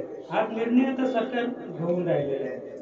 तसं म्हणजे भगवंत जेव्हा रांगायला लागला जरी तो लहान होता पण त्याची बुद्धी जगापेक्षा मोठी होती. एवढा प्रगल्भ होता तो भगवंत. मग त्याने काय केलं त्या गवळणी म्हणजे रसद पुरवायच्या मथुरेला म्हणजे इथे पिकायचं ते दही दूध तूप लोणी गोकुळात पिकायचं आणि ते सगळं तिकडे विकलं जायचं तुम्हाला. आणि मग मथुरेतली सगळे ते माणसं बलाढ्य झाली विकत का होईना पण खाऊन पिऊन कशी होती ती सुखी होती. आणि आमची पोरं अशी ते देवाने पाहिलं अरे इतर सगळी हडकून आणि 9 लाख गाई तर म्हणजे नंद ही पदवी होती बाबा नंद ही पदवी होती. ज्याच्याकडे 9 लाख गायी आहेत तर त्याला ती नंद पदवी होती. असे बरेच नंद होऊन गेले. 9 लाख गायी याच्याकडे झाले की तो नंद पदवी त्याला नंद उपनंद अशा तेव्हा पदव्या होत्या. तर मग देवाने पाहिलं की हा माल जर तिकडे मथुरेत गेला आणि मथुरेचे सगळे लोक जर असे धष्टपुष्ट बलाढ्य शक्तिवान ताकदवान झाले आणि उद्या कंसावर युद्ध करायचं तर सगळा समाज जर तिकडनं उठला तर आपल्याला मारल्याशिवाय राहणार नाही. मग पहिल्यांदा काय केलं रसद बंद केलं. दही दूध तूप लोणी मथुरेला जाऊन द्यायचं नाही म्हणून गोप घेऊन वेगी सगळे गोप मंडळी जमा केली. त्यांचे रस्ते अडवले. त्यांना सांगितलं मथुरेला जायचं नाही.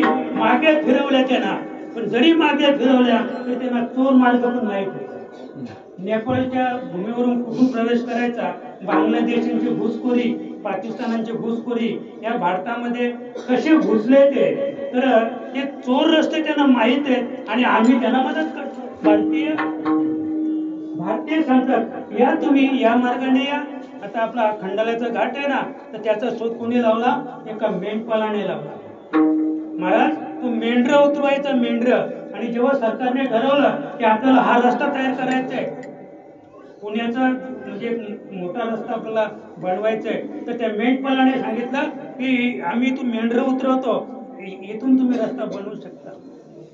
तसं भगवंताने ती रसद बंद केली, पण त्या गवळणींना चोर मार्ग माहीत होते.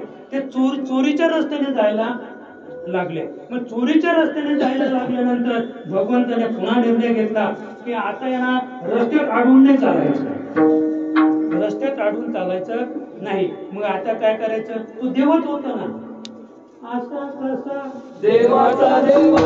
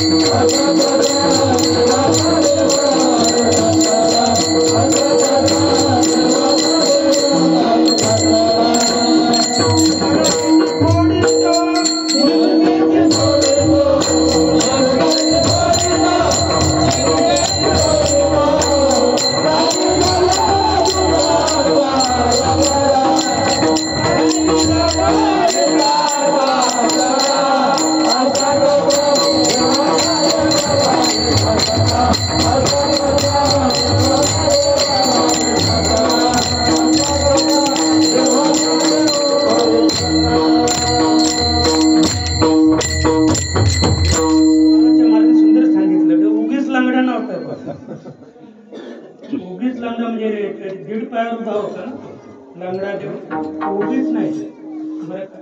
असा कसा देवाचा देवबाई संपूर्ण विश्वाला ठकवलं.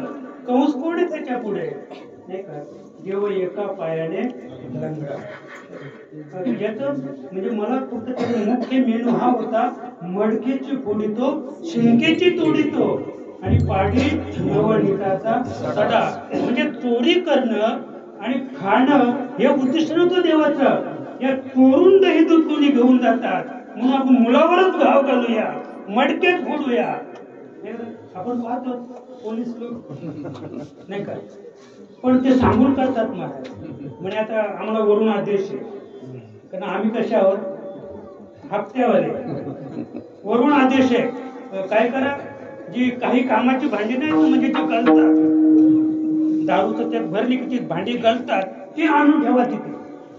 गळणारी भांडी आणून ठेवा आणि चांगली ती बाजूला ठेवा. आम्ही आलो की त्यांच्या हातामध्ये ते सलई आहे ना, धरफोड धरफोड, लगेच मोबाईल मध्ये काढायचं चित्र, सगळी भांडी फोडली आणि संध्याकाळी दारू घालायला सुरुवात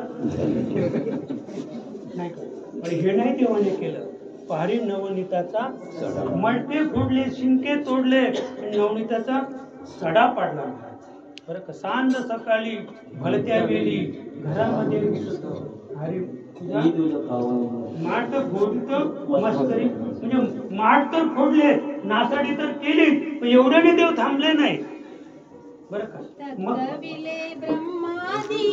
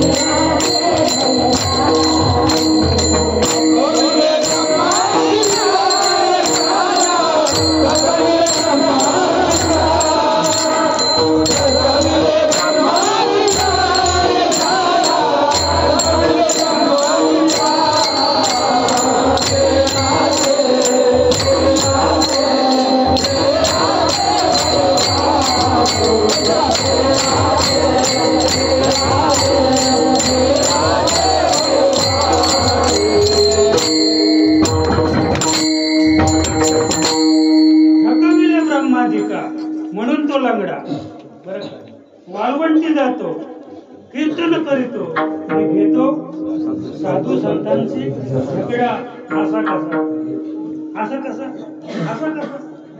संतांशी झगडा म्हणून तो लंगडा आणि म्हणून तो मडके फुटतो शिंके तुटतो म्हणजे जे मूळ स्वरूप आहे त्या मूळ स्वरूपाची तो काय करतो नासाडी करतो आणि या सगळ्या गोष्टी केल्यानंतर तेवढ्याने थांबला नाही तो बरं का आल्या गाराने सांगायला अवघ्या गोकुळीच्या सगळ्या लाईन लागली गारणं सांगायला कारण आता आपण 12:15 पर्यंत पोहोचलो तर 12:30 पर्यंत उरकलंच पाहिजे मी तर म्हटलं होतं की आपण 12ला पोहोचतो कारण मंडळीला जेवायला वगैरे घालायचं थोडंसं सत्कार वगैरे आहे असं पण अगदी मी थोडक्यात सांगेन की अशा पद्धतीने आणि जेव्हा घराणे सांगायला गवळणी आल्या तर एक म्हणे धरिस्तन एक गवळण आली पुढे ती सांगते काय सांगू यशोदे अगं हे काना त्याने माझे दही दुधाचा नाश तर केला मडकं फोडलं सगळी दशा केली बरं नुसतं दशा नव्हता करत म्हणजे दही आपण खायचा आणि सुनेच्या तोंडाला आवरी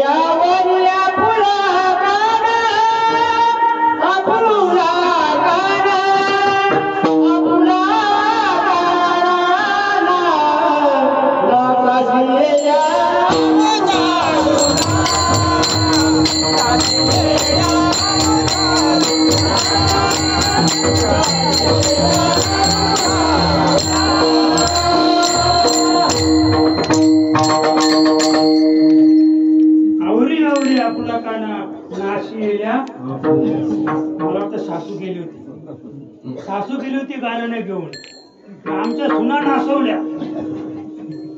नाही का मी हा काय करायचा की सून झोपलेली असली मेलेला सर्प न्यायचा महाराज रात्रीचे दोघांच्या मध्ये टाकून द्यायचा आता ती सून तो पोरगा उठला की सासूला जागरण नाही का इथे आमच्या स्त्रिया पाल पाहिजे तरी पडतात मेलेला सर्प नाही का होता दर्पच मेलेला सर्प म्हणजे काय दर्प आहे म्हणजे अशा अनेक खोड्या भगवंताने एक म्हणे धरिस्तन त्याचे उपटीन कान काय म्हणते ते यशोदेला रागाने सांगते माझे स्तन धरले त्याने त्याचे कान उपटीन यशोदे तुला येईल राग तुझ्या पोरा काही सांग तुझ्या पोराला सांग तुला राग येईल बोलायला गेल्यावर आणि तुम्ही जाऊन सांग आपल्या मुलं दुसऱ्याच्या मुलाची तुम्ही काय तुझ्या पोराने ते आमचा हरभरा उपटून गेला त्याच्याही भांडाला उठते ते असं नाही बोलत नेला असेल आणला असेल लहान मुले असू दे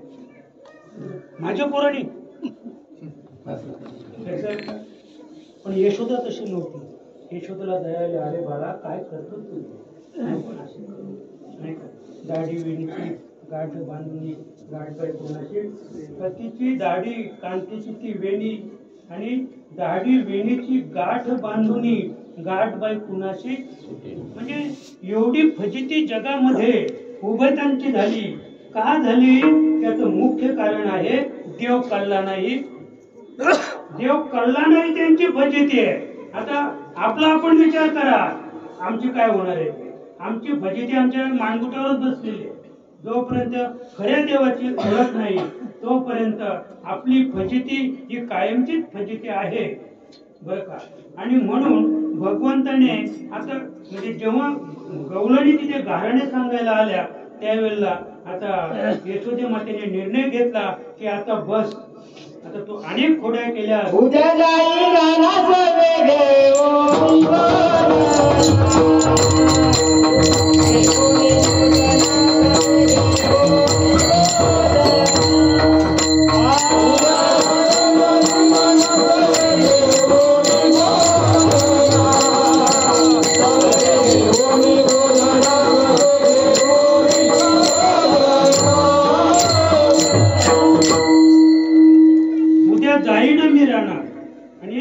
घेऊन या गोधन म्हणजे उद्या मी गाई घेऊन चारा, पण एक अंडरलाईन बरं का, चारा वया गाई, उतरावया भार म्हशी. गाई चारा नव्हता देवदास बरं का, भार उतरावया म्हशी म्हणून गेले ते गोकुळात. म्हणजे गोकुळात ते वृंदावनात जे गेलं हे निमित्त केलं त्याने, गाई चाऱ्याचं निमित्त केलं. आणि हा तर आनंद प्रभू रामाला होता.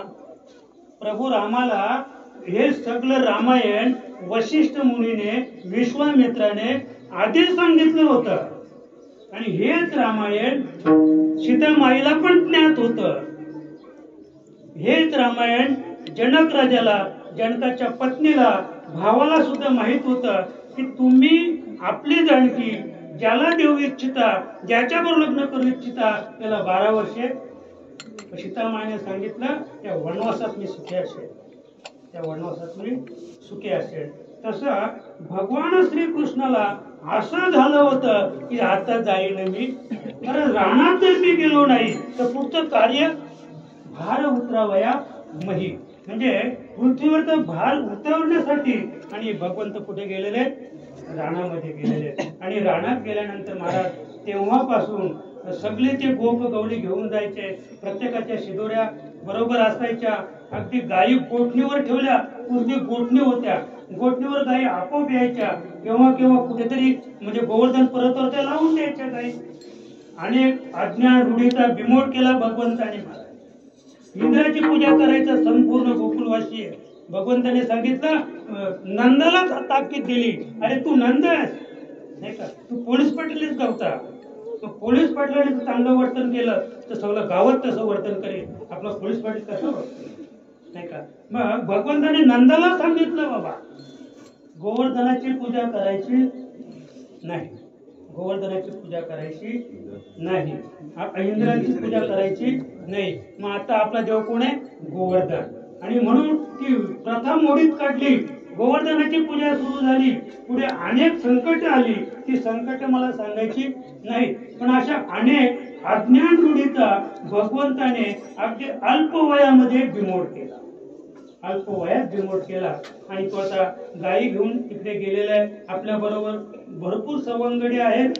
दररोज ते काला करायचे, दररोज पण खातच होते ना. आपण पण 4 दिवस जेवलो दोन्ही वेळेला. पण आजचं जेवण नाहीये. आजचा काय आहे? प्रासाद. आजचा काय आहे? प्रासाद आहे. आज आपण प्रासाद जेवण करायचे, काल्याचा प्रासाद. आणि म्हणून ते सगळे एकत्र जमले, गडी सगळे एकत्र जमले.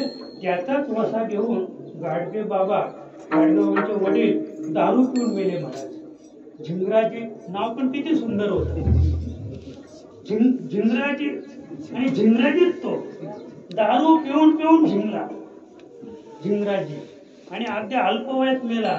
आणि मग त्याची आई डेपोजीला घेऊन मामाकडे गेली. मामाकडे तो जनावर राखायचं काम करत होता महाराज. इतका रांगडा होता, सांगतात की समोर 16 माणसं आली तरी 16 माणसांना म्हणजे मारील एवढी ताकद कोणामध्ये होती? डेपोजी, ज्याला आपण गाडगे महाराज म्हणतो त्याच्यामध्ये. मग तो सगळे ते गवारी जमा करायचा, गाई राखणारे. आणि मग तिथे तो काला करायचा गाडगे बाबा. आणि म्हणून वसतिगृह काढली. त्यांना समजलं, अरे जेवणाचं ताट मोडा, हातावर भाकरी घेऊन खा, पण मुलाले शिक्षण द्या. कारण दिवसभर फाट्या फोडली होती, एका पाटलाची दिवसभर फाट्या फोडली होती. एक पत्र वाचायचं होतं, ते पत्रही नव्हतं, तार होती. तार किती असते माहिती ना? ती तार वाचण्यासाठी दिवसभर फाट्या फोडली. आणि मग डेबूजीने म्हणजे गाडगेबाई ठरवलं की जेवणाचं ताट मोडा, पण मुलाले शिक्षण द्या. तसं म्हणजे भगवंताने या ठिकाणी, भगवंताला हे माहित होतं बरं का. स्वर्गीचे अमर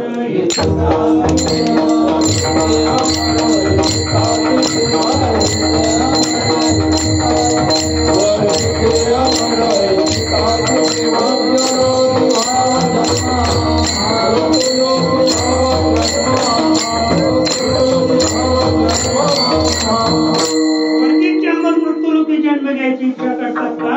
तर कवल काही काल्याचे.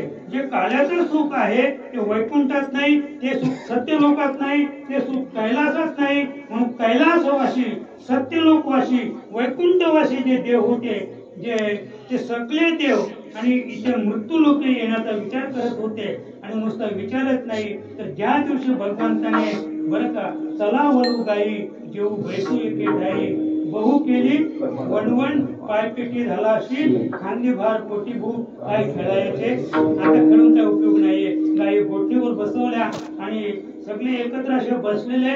तिकडे सगळ्या देवांचा विचार झाला की आजचा जो दिवस आहे वैकुंठ ते असे नाही कवळ काही काल्याचे. म्हणजे काला इतका महत्वाचा आहे.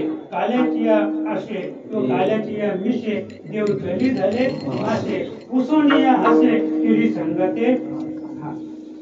भगवंत सांगायला लागला पुशे म्हणजे पुशे नाही का.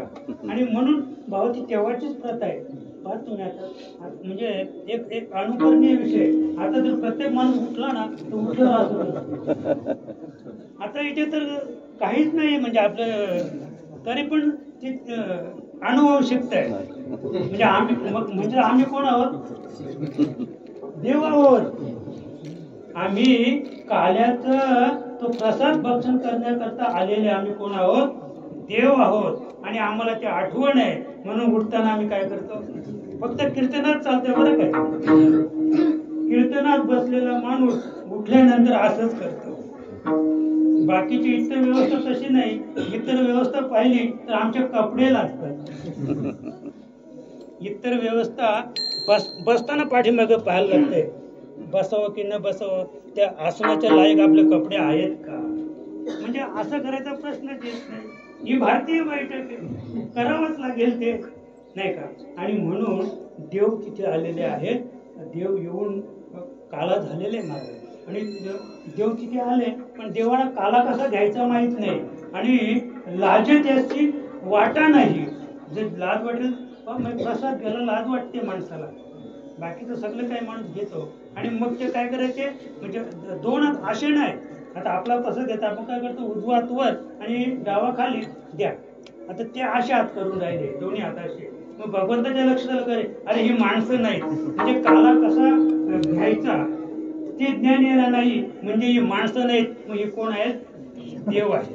आणि म्हणून देवाने सांगितलं की आता काय करायचं, आज ओस अमरावती काला पहावया येते. आणि देव विसरती देहभाव आपुला. आणि म्हणून लाजे त्याशी वाटा नाही. देवाने सांगितलं की आज तिकडे यमुनेच्या काठावर जायचंच नाही. तर यांना इथे प्रसाद नाही मिळाला, फजिती झाली त्यांची. देवाने सांगितलं यांना देऊच नका. नाही दिलं त्यांना प्रसाद. आणि मग दुसरी एक पद्धत आहे महाराज लहान मुलांची. लहान मुलं पण तसं करते. म्हणजे तिकडनं जर प्रसाद वाटत आला ना तर त्याला वाटते जरा जास्तच घ्यावं. तर मध्ये कोणी माणूस उभा असला तर तो इकडनं पण हात करतो आणि इकडनं पण हात करतो. पण जर कदाचित वाटणाऱ्याच्या लक्षात आलं तर तो ह्याही हातावर देत नाही आणि त्याही हातावर देत. फजिती होते त्या मुलाची. असे तशी देवांची फजिती झाली त्या ठिकाणी. आणि देवांची फजिती झाल्यानंतर देवच केले. त्याने पुन्हा मिटिंग घेतली. म्हणे पाहूया कसा प्रसाद नाही मिळत तो. सगळ्यांनी देव जली झाले. मासे सगळ्यांनी माशाची रूपं घेतली. ब्रह्मदेवासहित, विष्णूसहित, भगवान शंकरासहित. आणि तिथे जाऊन अशी तोंड करून राहिले. मासा पण जर एकांतात असला ना त्याचं तोंड वर काढतो आणि तोंड असं म्हणजे उघडं करूनच तो पाहतो. तशी ती तोंड वाचून राहिली. दिवसभर राहिली तोंड वाचून. पण आज तिथे कोणीच गेलं नाही. देवाने सांगितलं की सांगायचे आज तिथे डोळ्यामध्ये हात डोळ्याला जायचं नाही. आणि म्हणून अगदी थोडक्यात आपण पाहू. माझे आहे कैशेप आहे नाही तरी घरात आहे, चोरून या माये मंगीत आणावे. देवाने आपली शिदोरी पुढे ठेवली. अन्यथा एरवी सगळ्यांच्या शिदोऱ्या देव एक करायचा आणि त्याच्यामध्ये आपली शिदोरी मिळवायचा दररोजचा विषय. पण आजचा जो काल्याचा कार्यक्रम आहे त्या दिवशी भगवंताने स्वतःची शिदोरी आधी मध्ये ठेवली आणि बाकीच्यांना असे उभे केले आणि सांगितलं माझे आहे तैशेप आहे नाहीतरी घरात आहे. माझी जशी शिदोरी आहे तशी पाहिजे. हा परमार्थाचं एक वर्म आहे. हे परमार्थाचं सूत्र आहे. हे परमार्थाचं सूत्र भगवंताने यमुनेच्या काठी त्यांच्या सवंगड्यांना शिकवलं. आणि मग ते शिकवल्यानंतर मग ते सगळे बसले, पण तुकोबाराय होते त्या गटामध्ये. तुकोबाराने विनंती केली, देवा तुका म्हणे हरी माझे नाही कोणी घरी, नका करू दुरी मज पाया असले गेले. देवा माझ्या घरी कोणी नाही, तरी पण जबरदस्त चोरून ये माये. म्हणजे घरी कोणी नाही ना, कुलूप त्या घराला, म्हणजे शेजारचं घर जाऊन बघ, त्याच्या घराला कुलूप नसेल तर तिथून चोरून आण.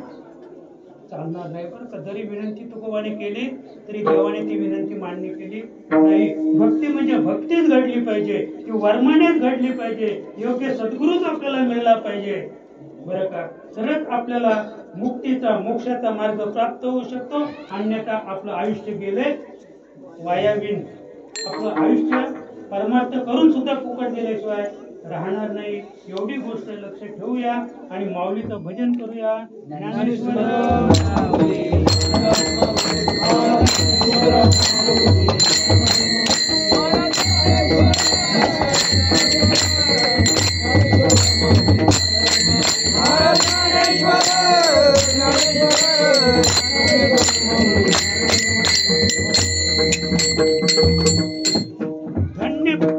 धन्य गवळ्यांचं पुण्य हातीवाडी नारायण बरं का. हा जो काल्याचा कार्यक्रम होता ना, तर त्याच्यात त्याने सगळ्यांना बसवले, तुम्ही बसा. आणि वाढत कोण होता? स्वतः भगवंत. त्यानं तो काल्याचा प्रसाद वाढत होता. आणि जे देव होते ना, देव ते त्यांना म्हणजे वाकुल्या धावत होते. वाकुलिया ब्रह्मादिका. ते ब्रह्मादिकानं वाकुल्या धावत होते. कोण? हे सवंगडी. तर काय आमचं पुण्य, देव वाढतो आम्हाला आणि आम्ही जेवतो. असलं का तर खांदेबार पोटी म्हणजे फार फार आपण 12:30 पोचलो. आता एकच मिनिटात आपण उठूया. आता शिंके लावलेले शिंके लावेले